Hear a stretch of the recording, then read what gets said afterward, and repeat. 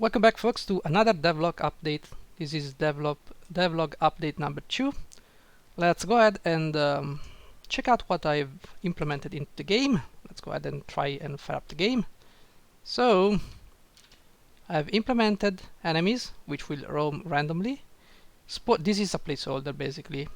I need to draw the enemy bases. They will spawn enemies. There will only be a set amount of enemies available on a certain like if you click on it, you can see I've got the max number of enemies you can have in from one spawning point, set to 5 for now, so you cannot have more than 5 enemies. Also, these guys are shooting at me and I'm flashing when I get hit.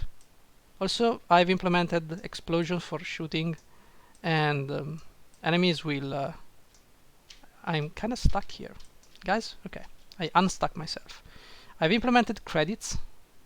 Also, the camera is not yet implemented, so let's use this one instead, shall we? Alright, so we have implemented credit chips. This is a credit chip large, it gives you 1000 credits. I've implemented standard keys, if you can see here. And I've implemented ammo. Now, the way ammo works, I've thought about it, since you have a team of people, to not make it overly complicated, you have a fixed amount of clips, okay, in your team, and once your ammo count from your current weapon, for let's say you have an assault rifle, okay, you're using the leader. If the I don't want to see that. Can you please stop? If your ammo count for the assault rifle goes to 0, you use up an ammo clip. Now, if you go to the medic and use all the ammo count from the medic, another ammo clip will be expended. So at the end of the day, this will balance out the ammunition system. So if I gave one ammo clip to only one guy, it will make it very difficult for the player to use everything, every member of the team. And if I gave one ammo clip for everybody, then it would be just too easy. So I had to balance that out. Now remember, this is a placeholder, this is just a broken tile that you can fix, but this is a base of enemies. I need to draw the base for each enemy. Okay, so we can open doors if I have the key. In this case, I did not go and grab the key. Please give me a break, bots. Okay, I can go here, right click, got the key. I'm tempted to remove the right clicking. You just go up and you pick up the item. Anyway, let's go here, open up the door, door is open.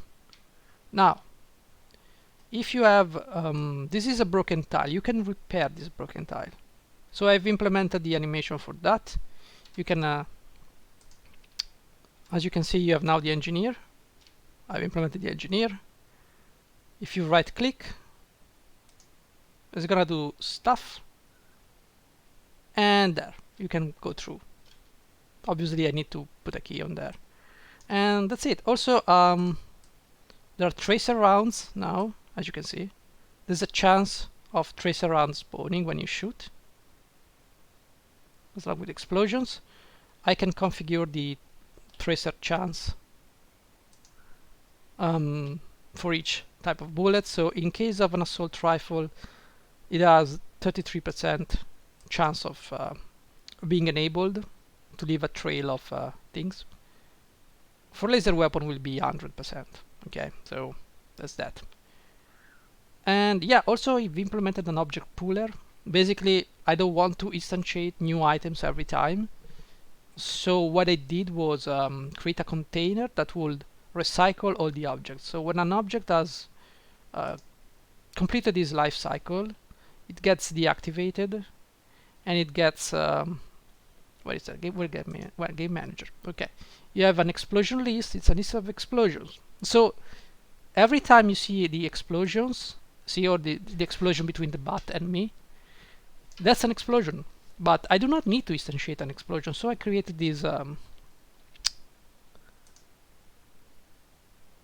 object that contains all the used up explosions once they are disabled, the game, when you shoot, the game calls this object, say, hey, have you got any spare bullet explosions?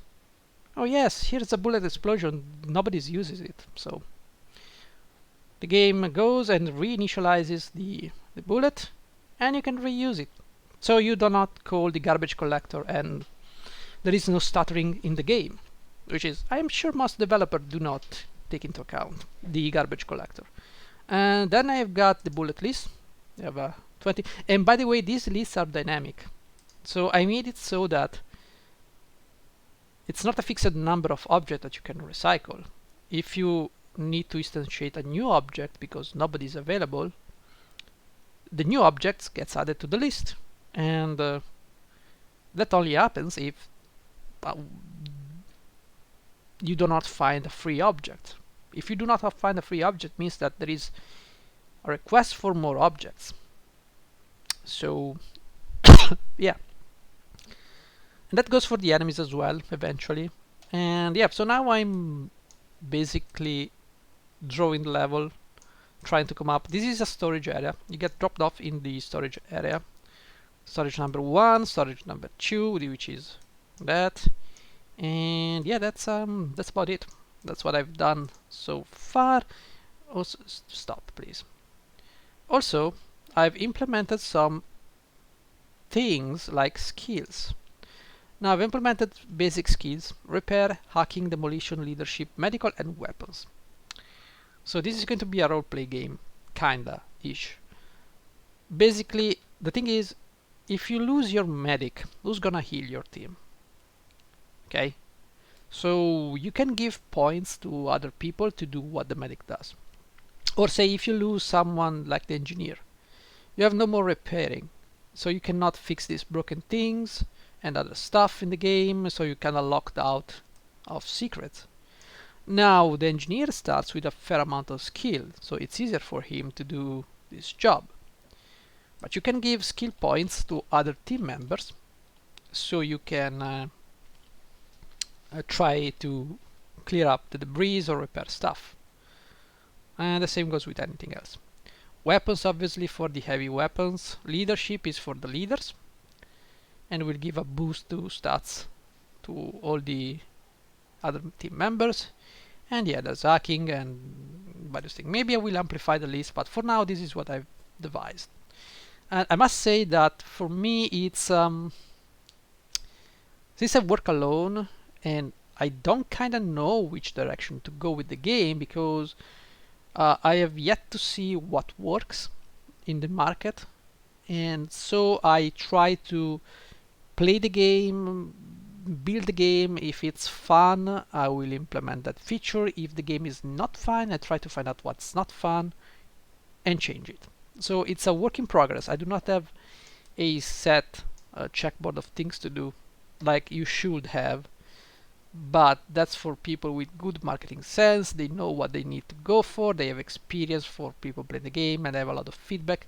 My games have no feedback whatsoever, so I don't know what people like, what people don't like. And that's about it. That's what I've done.